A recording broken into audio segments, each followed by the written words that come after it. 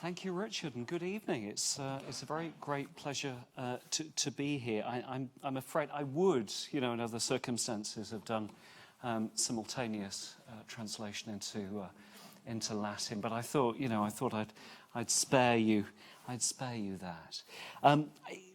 It's a great pleasure, in a sense, to be here and be part of one of Sir Thomas Gresham's great legacy projects, the kind of legacy projects that had his wife, Lady Anne, sadly shaking her head at various points. I mean, certainly once Sir Thomas Gresham died in 1579. The first project was the Royal Exchange. It lasted, by my calculation, 1 century and about 3 months before it was destroyed by the Great Fire in September 1666. And I want to end right at the very end with a rather dramatic quotation, a narrative of that moment of destruction. But I better tell you about the building before we get to the end. This isn't it. I thought I'd begin with a trick slide just to see who's paying attention at this point in the early evening. This is Antwerp, the Antwerp Bourse, the new exchange in Antwerp. And in a sense, if we want to understand the Royal Exchange, and I think if we want to understand London in the 16th century and that kind of extraordinary growth of the city, certainly in terms of its population, in terms of its built space, but very definitely in terms of its kind of mercantile heft and clout, we need to begin with what before London was the leading financial centre, the commercial powerhouse of northwestern Europe in its day. Antwerp was a fantastic city, made rich by precious metals from southern Germany, by English cloth. This is where English merchants went to trade their cloth in the great Antwerp fairs, and it was a great entrepot for northern Europe.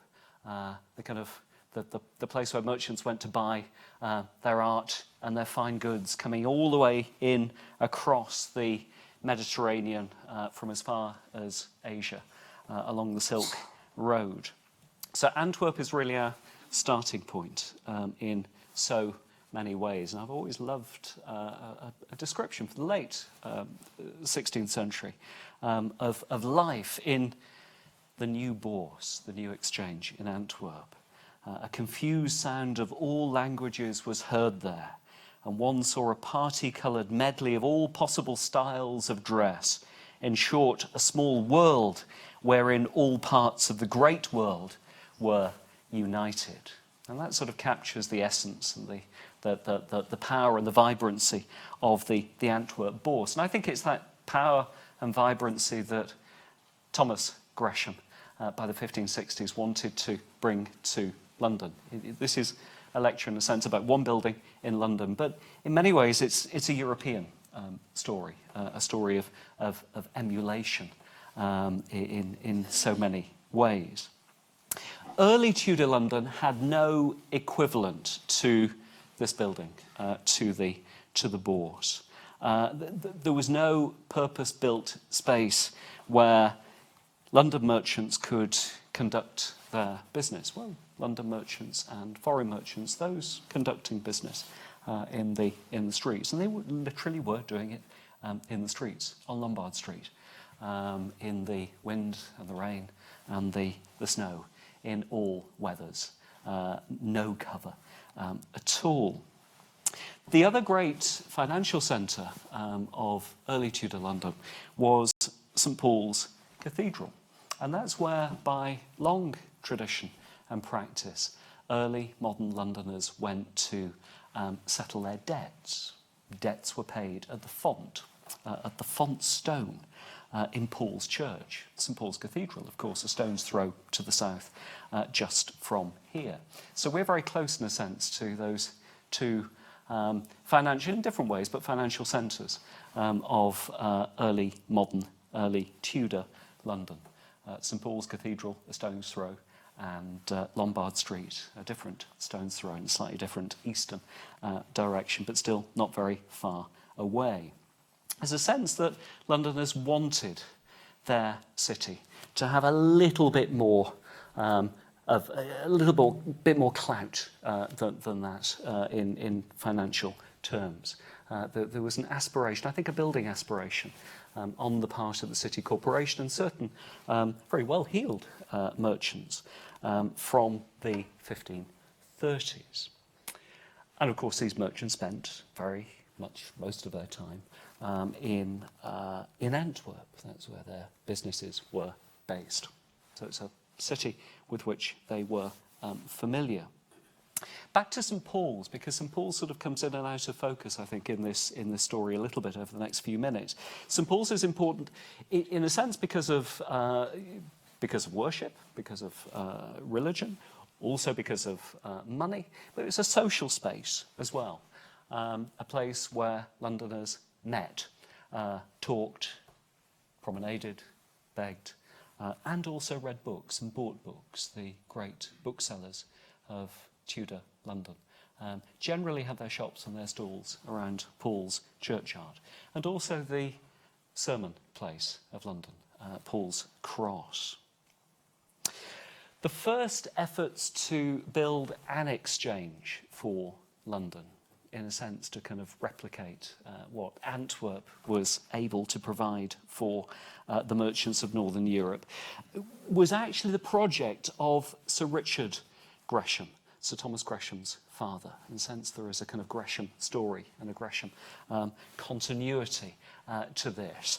And that was when Sir Richard Gresham, who in his own right was an extraordinarily successful mercer and moneylender, was Lord Mayor in 1538, and he presented to Henry VIII's great minister, Thomas Cromwell, plans drawn out to make what he called a goodly bourse in Lombard Street for merchants to repair unto. And he estimated to Thomas Cromwell in 1538 that he supposed it will cost £2,000 or more for the honour, every penny worth it, for the honour of the king. But for whatever reason, that plan came to nothing. But in a sense, the seed was sown. I think it was sown at a relatively kind of early point. It's a seed that, germinates over time, 30 or so years later.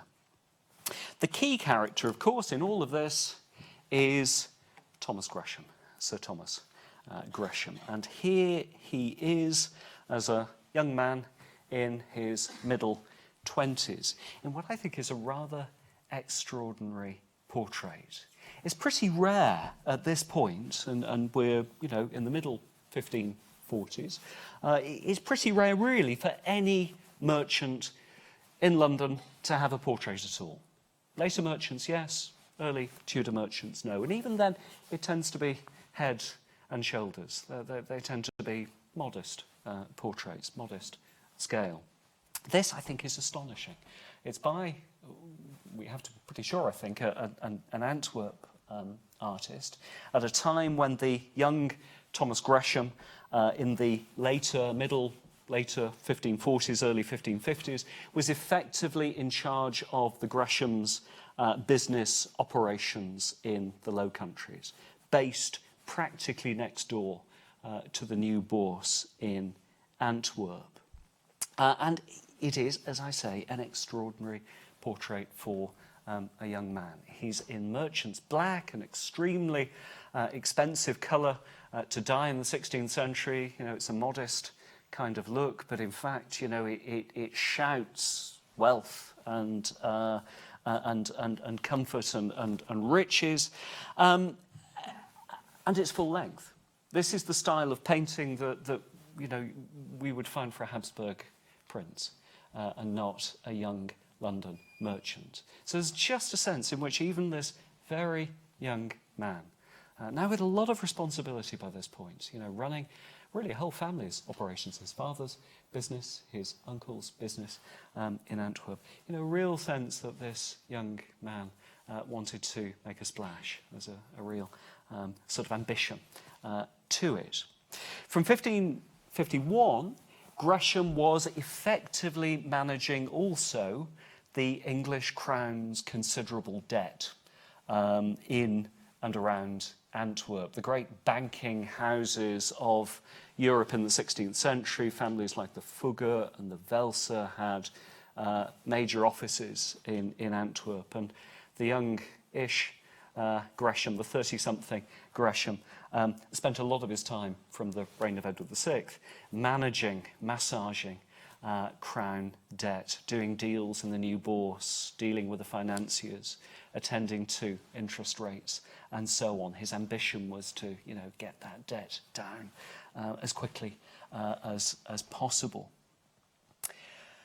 He was knighted in 1559. At that point, we have Sir Thomas Gresham, effectively a merchant, but primarily from the 1550s a mercantile diplomat in many ways.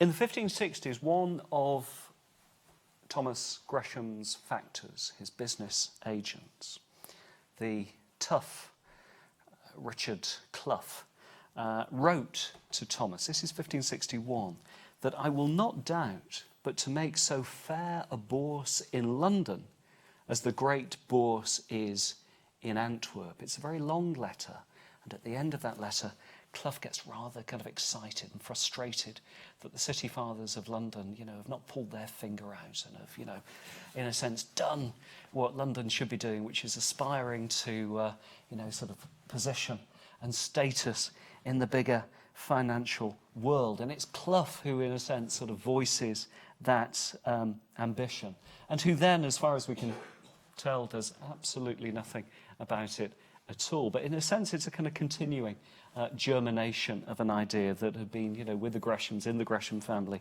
for a number of years. The key point, the key date, I'm sure this is something that John Guy will talk about in his lecture. It's the death of Thomas Gresham's heir, son and heir, Richard Gresham, in May 1563. Quite what precisely the relationship was between the death of Richard and the first tangible efforts to bring the Royal Exchange for London about is a little unclear. But there's some meeting, at least, in the 1560s between, what appears to be the direction in which Sir Thomas Gresham's mind is moving, and also a kind of collective will on the part of the Court of Aldermen in the city to make a move in Thomas Gresham's direction, finally to do something about founding a bourse.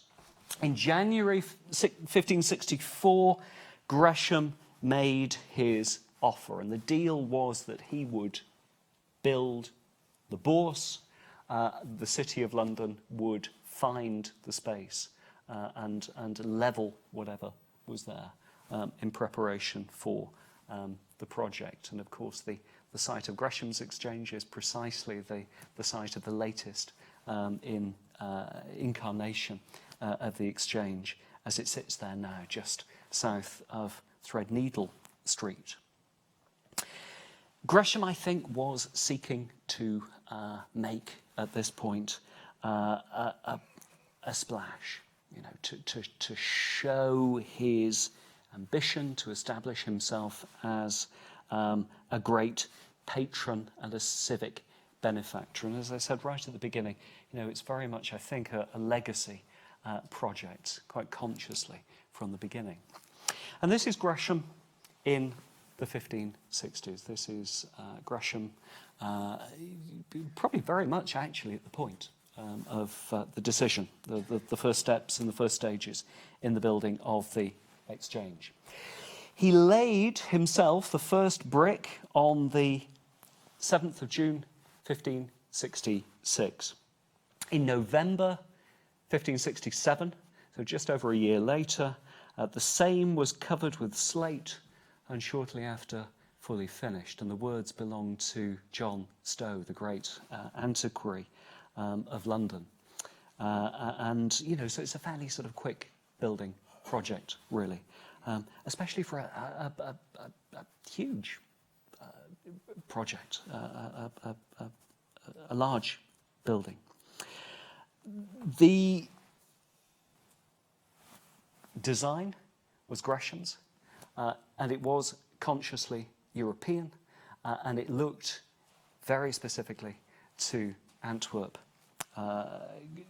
Gresham recruited a Flemish master builder and Flemish bricklayers, and they were brought over to build the exchange, much to the annoyance of London's bricklayers who picketed the site.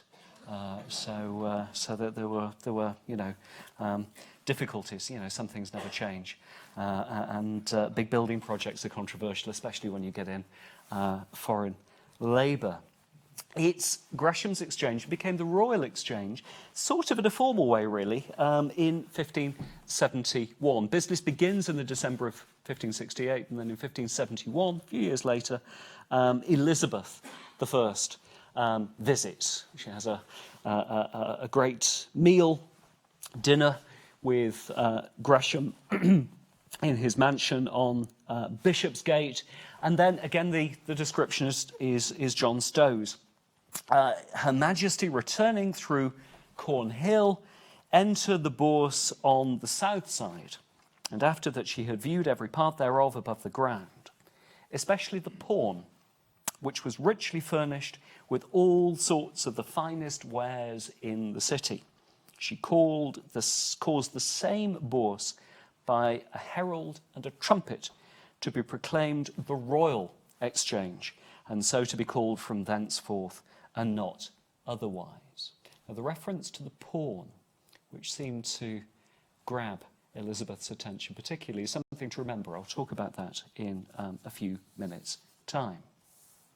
So here we have the building itself, and it is, as you can see, rather impressive. This is one view of it. As a description, which I think is rather fine and you know, is better than I could do on my own, quite frankly. 1576, description of the building. It is a quadrangle, surrounded by three great walks or galleries, one above the other. The central aisle is where the merchants retire and shelter when it rains. It is 6 or 7 paces wide and paved with black and white blocks of fine work. Around this alley there are 36 great stone columns, each 12 feet high, set 4 paces apart. The heart of the exchange is the quadrangle, large enough to hold 4,000 merchants, aside from the central walk. It is cobbled and is 80 paces long and 60 wide. Here the merchants stroll in fine weather and talk business at the times aforesaid, times that I will explain in a minute or two. High on the facade, in the inner walls, all about the exchange, are 36 columns of jasper marble, set at 10 feet apart, and between them niches in the facade in which to place figures of the kings and queens of England, those who have reigned since William the Conqueror, which are to be of bronze. Above the columns are to be painted flat the arms and names of the king, princes, and lords of those times. I think the tenses there are interesting. You get a sense that there's still, a notion of work in progress here, that the exchange is still, even in the middle 1570s, a bit of a work in progress. Contemporaries who visited it said that it was a little bit smaller, just a little bit smaller than the new Bourse in Antwerp. It had 2 routes in, north and south. The Antwerp Bourse had 4 routes in. But effectively, it's the same kind of space. And as you can hear from that description, it's built on a grand scale. and no expense was spared. You just get a sense from the building materials. Even those building materials that people could see on the outside, that this is a building that was supposed to communicate wealth and power, and to be very much kind of Gresham's stamp on things. Very neat in this image, and they are consistent in all the images we have of the exchange, are the appropriate, of course, for the evening, the Gresham grasshoppers there, just at the top. What I want to talk about in a few minutes' time is the exchange as a place of leisure. But we should talk about it really, think about it initially as a place of business. There were 2 trading hours over the course of the day. And these are the kind of formal trading hours, and I think we can assume that lots of business was done outside these formal hours. But nevertheless, 2 hour-long sessions, one between 11 o'clock in the morning and 12 noon, and then again between 5 o'clock and 6 o'clock in the afternoon. Notionally, the exchange, this space, was divided up into nations. English merchants occupied about half of the exchange. The French merchants had their space, Flemish and Walloon merchants, Italian merchants, Spanish merchants, and so on. Although I think these spaces were not fixed, and there was very probably a fair amount of fluid movement around. It was not a stock exchange. I think if we're thinking of stock exchanges, we're thinking a few decades later, we're thinking probably Amsterdam, the trading of shares in the Dutch East India Company. The exchange, in a sense, was the exchange of mercantile business, and it was the business of bills of exchange, the principal means of moving money around mercantile Europe in the middle to later years of the 16th century, drawn up and agreed contracts between individual merchants. So we have not only merchants, but we have the notaries drawing up the bills of exchange, merchants' factors, merchants' agents, posts, couriers coming in with news, which makes the exchange, by the very nature of the business, like the Antwerp Bourse, a place of deals, a place of business, but also a place of movement and of news as well. If you wanted to hear what was going on across Europe, you went to the exchange to keep up with the latest news. It's important, though, to say that the exchange was open to all Londoners. It was open to the elite, the non-merchant elite, gentry, the nobility, who went to shop and promenade. It was certainly open to the poor, who went to beg, and it was open to criminals, who saw opportunities to pick purses and dupe and gull the naive. There's a rather sort of nice account of the exchange in sort of moral terms, really, by an Elizabethan writer called John Payne, writing in 1597. He said that the exchange was a place where God's truth and equity with their direct contraries are sometimes spoken of to God's glory and to the service of Satan, which rather sounds dramatic. And in a sense, the exchange was, something of a stage. And there's at least one late Elizabethan play, William Horton's Englishman for My Money, which uses the setting of the exchange as part of the drama. The play tells the story of Pizarro, a rich Portuguese merchant and usurer who plans to marry his daughters against their wills to 3 wealthy foreigners. The daughters, however, love 3 honest Englishmen who are in Pizarro's usurious clutches. And the Englishmen, you'll be amazed to find out, are able to outwit Pizarro and marry the daughters.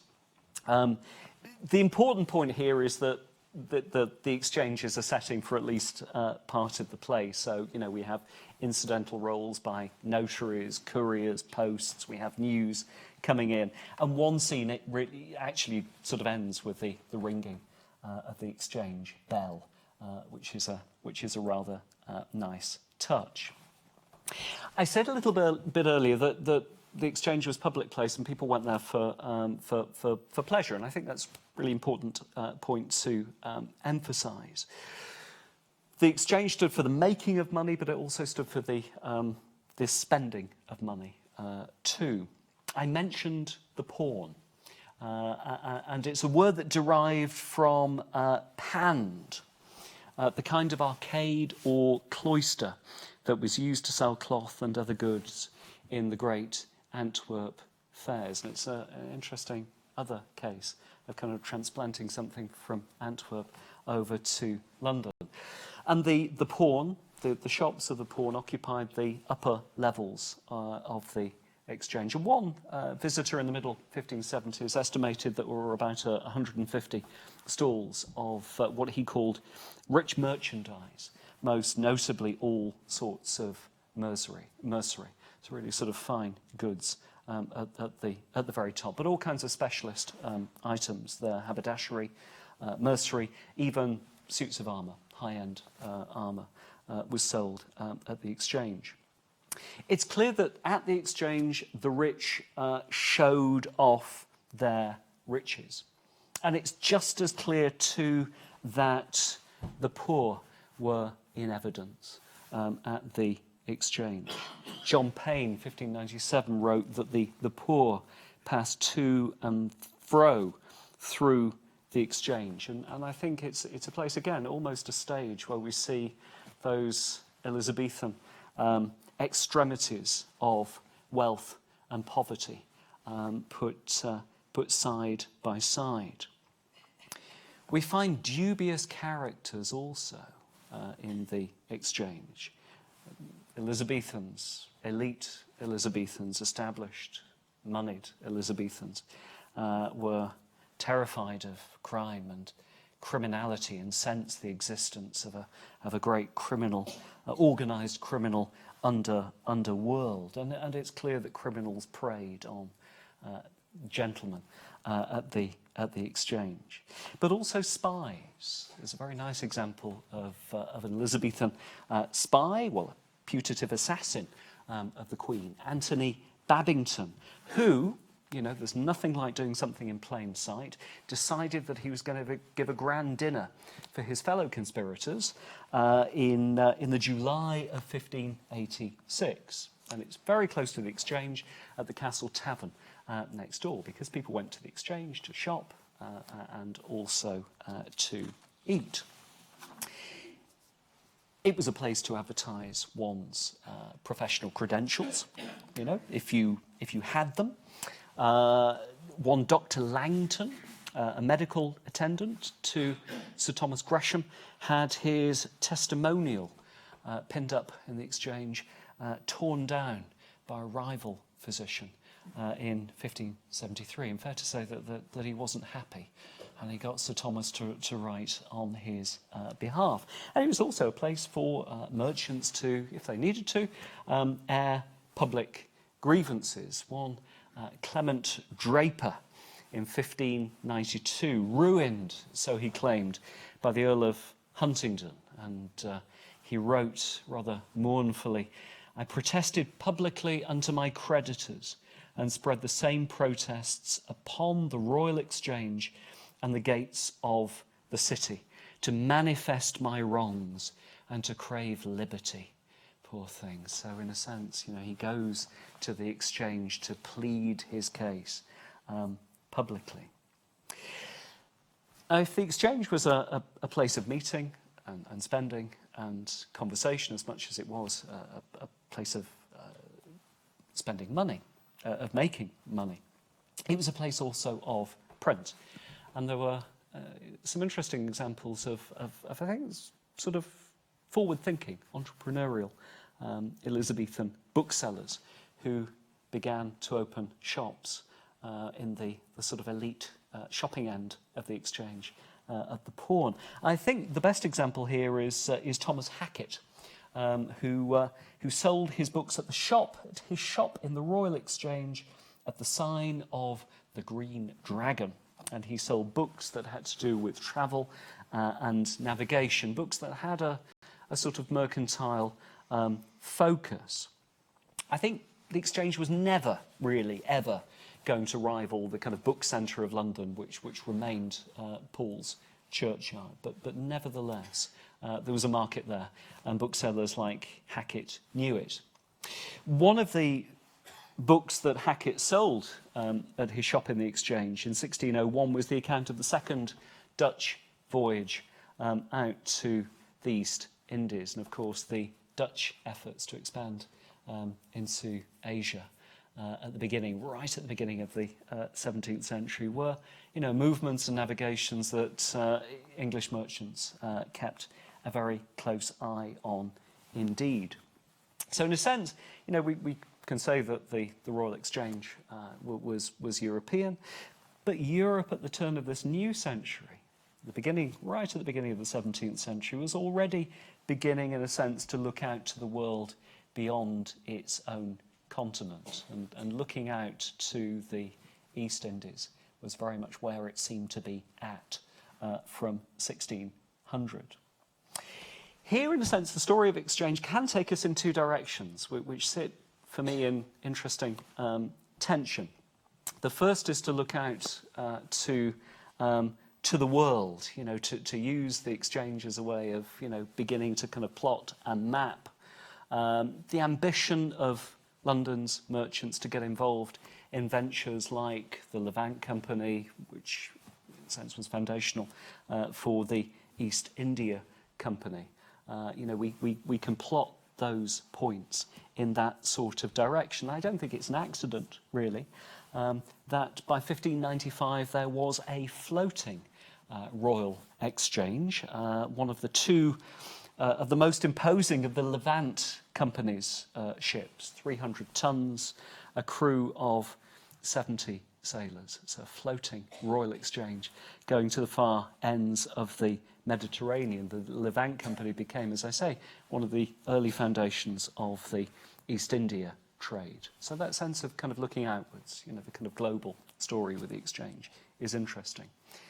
In tension with it, I think, is the domestic story, which has to do with some of the tussles after the death of Sir Thomas Gresham in some pained negotiations with his widow, Dame Anne, over the upkeep of the exchange. There's a rather sort of pained letter from Elizabeth's Privy Council in 1581, 2 years after Sir Thomas's death, and the council felt that it was forced to write a polite but firm letter to Dame Anne, just a reminder of her obligations to upkeep the exchange, the maintaining of that famous building in respect of the memory of her late husband, the executor of the same, and the discharge of the trust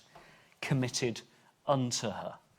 The Privy Council in 1581 had detected that one of the buildings, one part of the exchange had fallen down. Their estimate was that it would take probably about £20 to put it right, and they're having to, slightly, politely, firmly apply the thumbscrews to Dame Anne to cough up the money, which she seemed consistently reluctant to do. The end for the first Royal Exchange came, of course, in the Great Fire of 1666. Again, by my calculation, this is a century and 3 months after Sir Thomas Gresham laid the first brick of it. I'm going to end by reading Thomas Vincent's account of the destruction of the exchange as the fire raged through Cornhill. The exchange, I think, had remarkable origins, and it had a remarkable and dramatic end. And it's really the kind of drama, the present tense drama, that I love about Vincent's account. So here we go. Now the flames break in upon Cornhill, that large and spacious street, and quickly cross the way by the train of wood that lay in the streets untaken away, which had been pulled down from houses to prevent its spreading. And so they lick the whole street as they go. They mount up to the top of the highest houses, they descend down to the bottom of the lowest vaults and cellars, and march along on both sides of the way with such a roaring noise as never was heard in the city of London. No stately building so great as to resist their fury. The Royal Exchange itself, the glory of the merchants, is now invaded with much violence. And when once the fire was entered, how quickly did it run round the galleries, filling them with flames. Then came downstairs, compasseth the walks, giving forth flaming volleys, and filleth the court with sheets of fire. By and by fall all the kings upon their faces, the statues of the kings of England, and the greatest part of the stone building after them, the founder's statue only remaining, with such a noise as was dreadful and astonishing. Thank you very much.